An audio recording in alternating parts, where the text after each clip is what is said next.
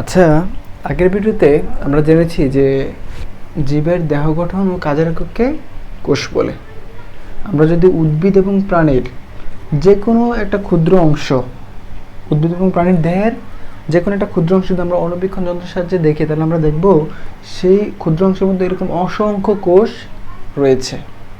তাহলে এই অনেকগুলো কোষের মধ্যে থেকে আমরা এবার একটা কোষ, এরকম দেখো অনেকগুলো কোষের মধ্যে মাত্র ধরো এই কোষটাই ধরো চিন্তা করবে এখানে যে একটা কোষের মধ্যে কি কি আছে, একটা কোষের মধ্যে কি কি অঙ্গাণু রয়েছে।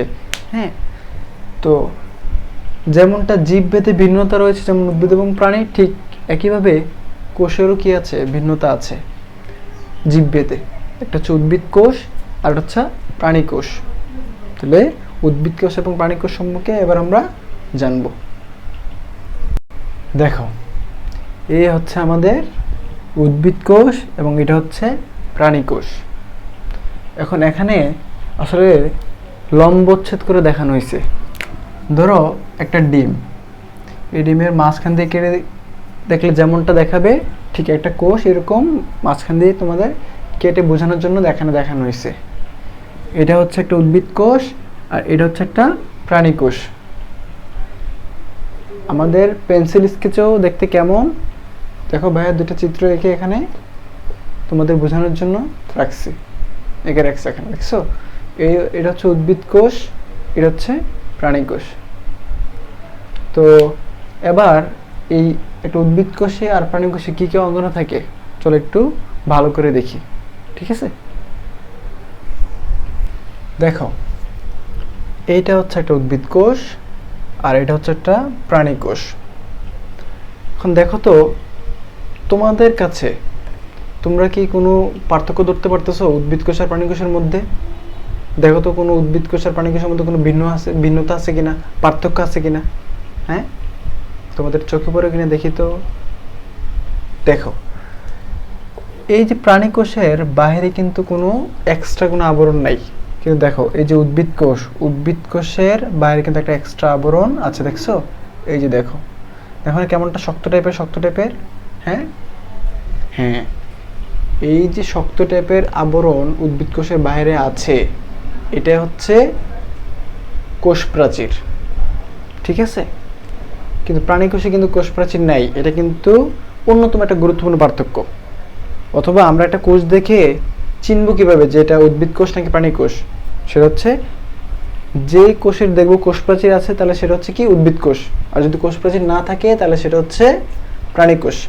দেখো এই যে প্রাণী কোষে কোনো কি নেই, কোষ প্রাচীর নেই, কিন্তু উদ্ভিদ কোষে কোষ প্রাচীর আছে। এই যে দেখো এই যে বাইরে ওয়ালের মতন, কোষ প্রাচীরের ইংরেজি হচ্ছে সেল ওয়াল। এই যে ওয়াল মানে কি দেয়াল, প্রাচীর, বোঝা গেছে? এই হচ্ছে কোষ প্রাচীর। এই যে সবুজ যে অংশটা, এই যে সবুজ, হ্যাঁ এরকম এগুলো হচ্ছে কোষ প্রাচীর। প্রাণী কোষে কোষ প্রাচীর নাই। তাহলে বাইরে থেকে আমরা প্রথমে কি দেখবো? উদ্ভিদ কোষে কোষ প্রাচীর দেখবো, আর প্রাণী কোষের ক্ষেত্রে কি দেখবো? কোষ ঝিল্লি। এই যে জিনিসটা আমরা দেখতে পাচ্ছি প্রাণী কোষের ক্ষেত্রে, এটা হচ্ছে কোষ ঝিল্লি বা প্লাজমা লেমা বা প্লাজমা মেমব্রেন, অনেকগুলো নাম। কোষ ঝিল্লি বা সাইটোমেমব্রেন বা প্লাজমা মেমব্রেন বা প্লাজমা লেমা, অনেকগুলো নাম, ঠিক আছে?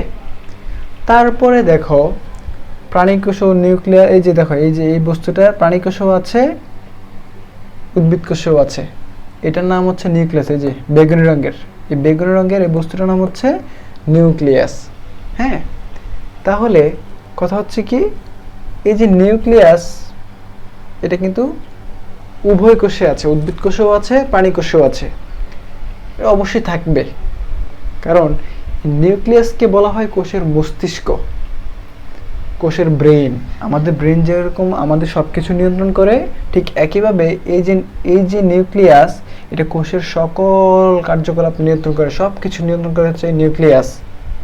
তারপরে তোমরা দেখতেছো এই যে নিউক্লিয়াসের চারপাশে যেগুলা হ্যাঁ কিছুটা জালের মতো ছড়িয়ে ছিটিয়ে রয়েছে, এগুলোর নাম হচ্ছে এন্ডোপ্লাজমিক রেটিকুলাম। এই যে এগুলোর নাম হচ্ছে, এই যেগুলা উদ্ভিদ কোষও আছে, প্রাণী কোষও আছে, এগুলোর নাম হচ্ছে এন্ডোপ্লাজমিক রেটিকুলাম, ঠিক আছে?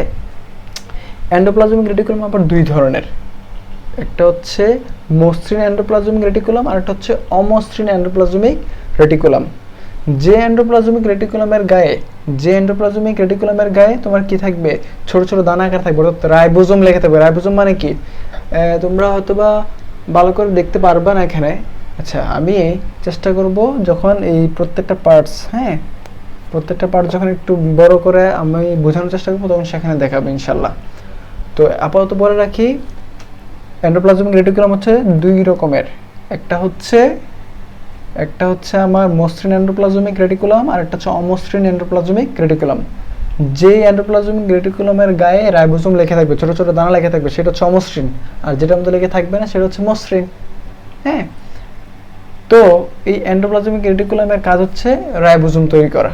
ওকে, তাহলে আমরা অঙ্গাণুগুলো সম্পর্কে জানতেছি, পাশাপাশি এগুলোর কাজ কি সেটা সম্পর্কে একটু জেনে ফেলতেছি।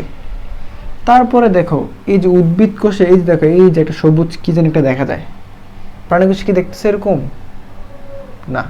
তো এটা তো একটা পার্থক্য, ঠিক না ভাই? এটা তো একটা তাহলে পার্থক্য যে উদ্ভিদ কোষে এই জিনিসটা আছে, প্রাণী কোষে এই জিনিসটা নেই। তাহলে এই জিনিসটার নাম কি? প্লাস্টিড। এই জিনিসটার নাম হচ্ছে প্লাস্টিড। এটাকে বলা হয় কোষের রান্নাঘর। আমরা জানি যে সবুজ উদ্ভিদ নিজের খাদ্য নিজে তৈরি করতে পারে। কেন? এই প্লাস্টিড থাকার কারণে। এই প্লাস্টিডের মধ্যে এমন কিছু পদার্থ রয়েছে যাদের উপস্থিতির কারণে সবুজ উদ্ভিদ নিজেদের খাদ্য নিজেরা তৈরি করতে পারে। যদি প্রাণী কোষে এটা থাকতো তাহলে প্রাণীরাও কি করতে পারতো? খাদ্য তৈরি করতে পারতো। কিন্তু আমরা প্রাণীরা খাদ্য তৈরি করতে পারি না। আমরা প্রত্যক্ষ কিংবা পরোক্ষভাবে খাদ্যের জন্য সবুজ উদ্ভিদের উপর নির্ভরশীল। আমরা যেটাই খাই না কেন, এটা কিন্তু হোক সরাসরি কিংবা অনেক প্রক্রিয়া নিক্রিয়া করার পর কিন্তু এই উদ্ভিদ থেকেই আসে ঘুরে ফিরে। উদ্ভিদই নিজের খাদ্য নিজে কেবলমাত্র তৈরি করতে পারে। কেন? এই প্লাস্টিক থাকার কারণে। এই জন্য প্লাস্টিককে বলা হয় কোষের রান্নাঘর। তো একটা অন্যতম একটা পার্থক্য হচ্ছে উদ্ভিদ কোষে প্লাস্টিড রয়েছে কিন্তু প্রাণী কোষে প্লাস্টিড নেই। তারপরে দেখো, এখানে একটা অনেক বড় একটা কি জায়গার মতো দেখা যায় না? এটা নাম হচ্ছে কোষ গহ্বর। দেখো, প্রাণী কোষে কি আছে? নাই। এটাও একটা পার্থক্য যে উদ্ভিদ কোষে একটা বড় কোষ গহ্বর থাকে, প্রাণী কোষে কোষ গহ্বর থাকে না। এটার মধ্যে তোমার কি যে বলে, কোষের জন্য প্রয়োজনীয় খাদ্য জমা থাকে। ঠিক আছে, কোষের জন্য প্রয়োজনীয় যে খাদ্য বা অতিরিক্ত যে খাদ্যগুলো সেগুলো এইটার মধ্যে জমা থাকে। তাছাড়া এর মধ্যে বিভিন্ন খনিজ পদার্থ থাকে, পানি থাকে, এগুলোকে একত্রে বলা হয় কোষ রস। তাহলে এই কোষ গহ্বরের কাজ হচ্ছে কোষ রস ধারণ করা। এটা উদ্ভিদ কোষে আছে, অনেক বড় আকৃতির, কিন্তু প্রাণী কোষে নাই। আর যদি প্রাণী কোষে থাকেও কোষ গহ্বর, তাহলে থাকলেও সেটা কি ছোট। ঠিক আছে, তাহলে এই হচ্ছে অন্য আরেকটা পার্থক্য। এরপরে এখানে দেখো, এই যে উদ্ভিদ কোষে এই জিনিসটা আছে, প্রাণী কোষেও এই জিনিসটা আছে। দেখো, তাহলে এই জিনিসটা কি? এই জিনিসটার নাম হচ্ছে ভাই গলজি বস্তু। গলজি বস্তু, এই জিনিসটার নাম হচ্ছে গলজি বস্তু, বা অনেকে বলে গলজি বডি বা গলগি বডি। তাহলে উদ্ভিদ কোষেও আছে, প্রাণী কোষেও আছে। এই গলগি বডির কাজ হচ্ছে খাবার প্যাকেট করা।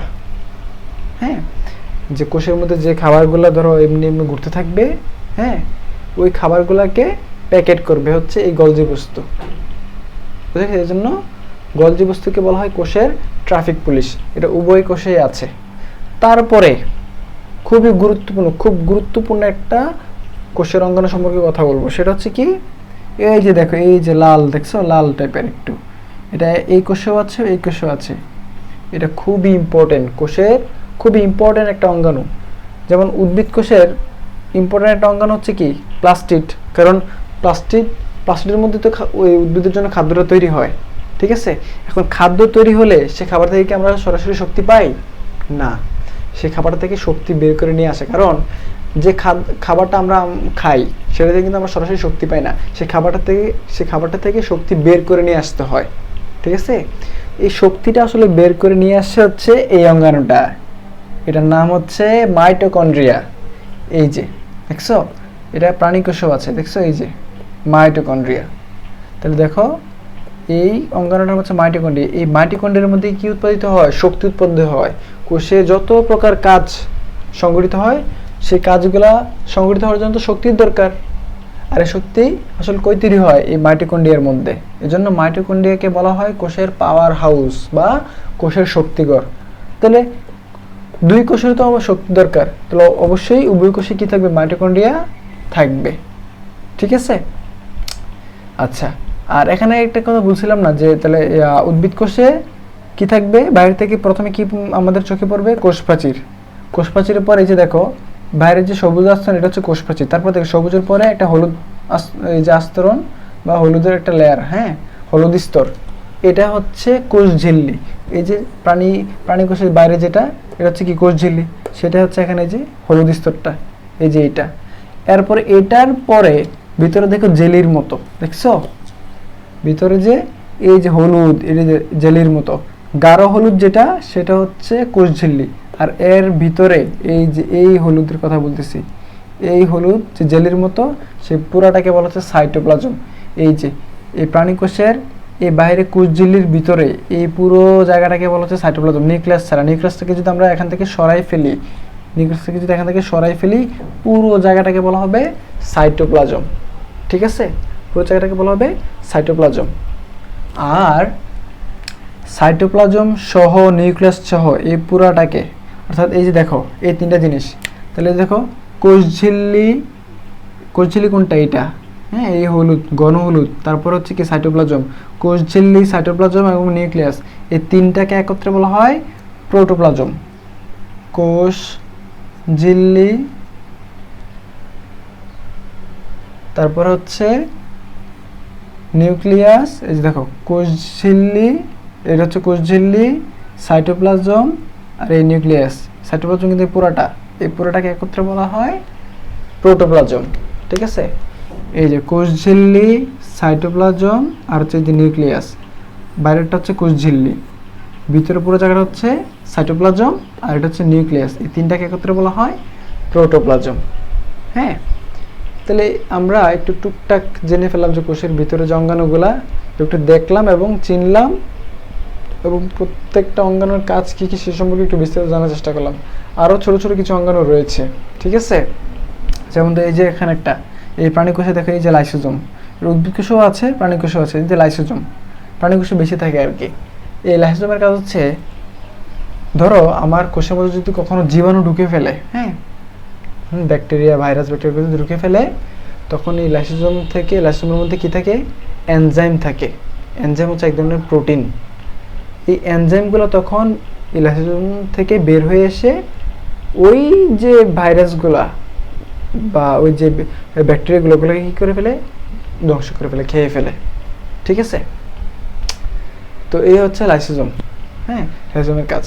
তো মোটামুটি এই হচ্ছে আমাদের উদ্ভিদ কোষ এবং প্রাণী কোষের মধ্যে আমরা কিছু পার্থক্য বুঝলাম, দেখলাম, চিনলাম, এবং প্রত্যেকটা অঙ্গাণু সম্পর্কে, উদ্ভিদ কোষের প্রত্যেকটা অঙ্গাণু সম্পর্কে, প্রাণী কোষের প্রত্যেকটা অঙ্গাণু সম্পর্কে আমরা বুঝলাম।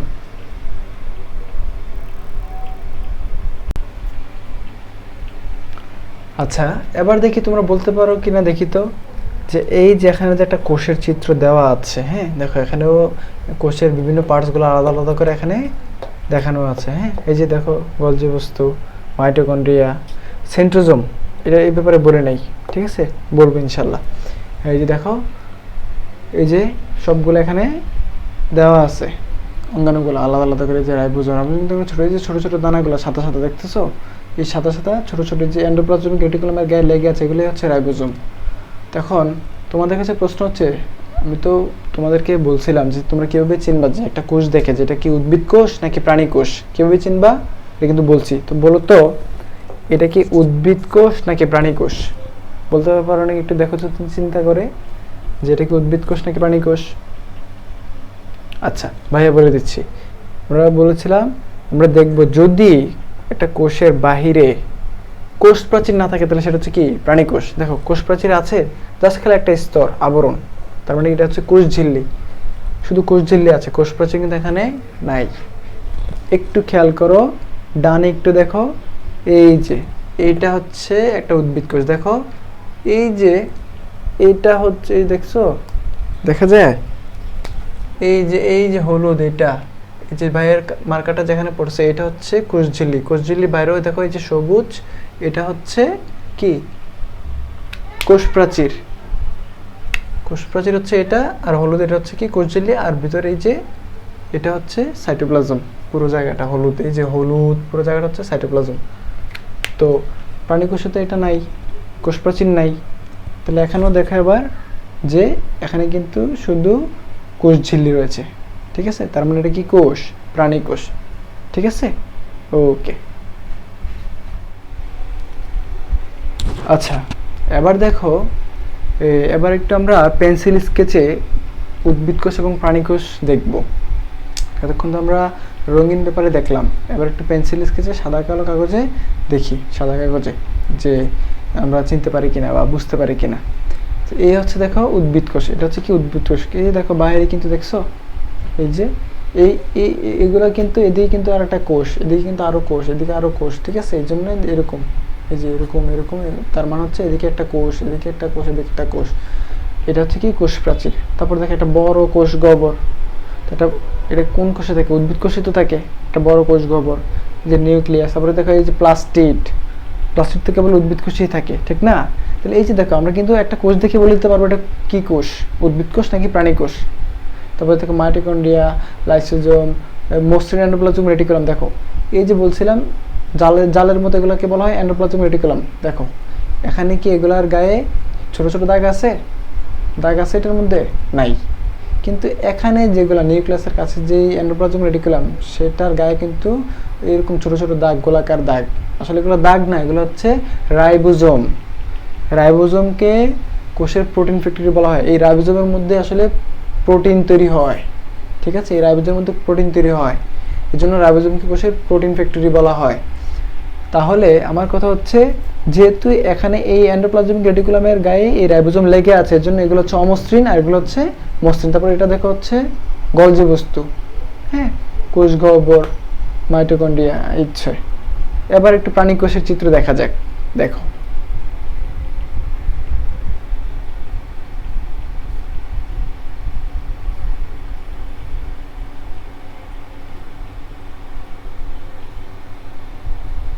দেখছো, এই হচ্ছে প্রাণী কোষ।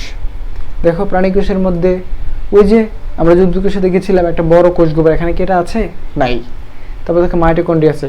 আমরা যে উদ্ভিদ কোষে দেখছিলাম প্লাস্টিড, এখানে কি আছে? প্লাস্টিড নাই। হ্যাঁ, কি আছে? এখানে মাইটোকন্ড্রিয়া আছে। এরপর দেখো এখানে সেন্ট্রোজোম আছে, দেখছো? এটা কিন্তু আমরা উদ্ভিদ কোষে দেখি নাই। তাহলে এটাও তো একটা পার্থক্য যে সেন্ট্রোজোম কি নাই? উদ্ভিদ কোষে নাই, প্রাণী কোষে আছে। এরপর ওই যে কোষ গহ্বর বড় নাই, দেখছো? ওই যে ছোট বলছিলাম প্রাণী কোষে কোষ গহ্বর সাধারণত থাকে না, থাকলেও সেটা ছোট। এই যে দেখো এই হচ্ছে সেই কোষ গহ্বর। তারপরে এই যে গলজি বস্তু, নিউক্লিয়াস, এই যে দেখো অমসৃণ এন্ডোপ্লাজম রেটিকুলাম, কারণ এর গায়ে কি রাইবোজোম লেগে আছে। আর এটা হচ্ছে কি, এই যে এটা হচ্ছে মসৃণ এন্ডোপ্লাজমিক রেটিকুলাম, আর এটা হচ্ছে লাইসোজোম।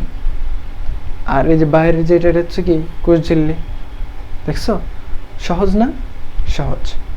তোমরা একটু দেখে দেখে চিত্রগুলো আঁকার চেষ্টা করো, ঠিক আছে? তাহলে আরো ভালো বুঝবা।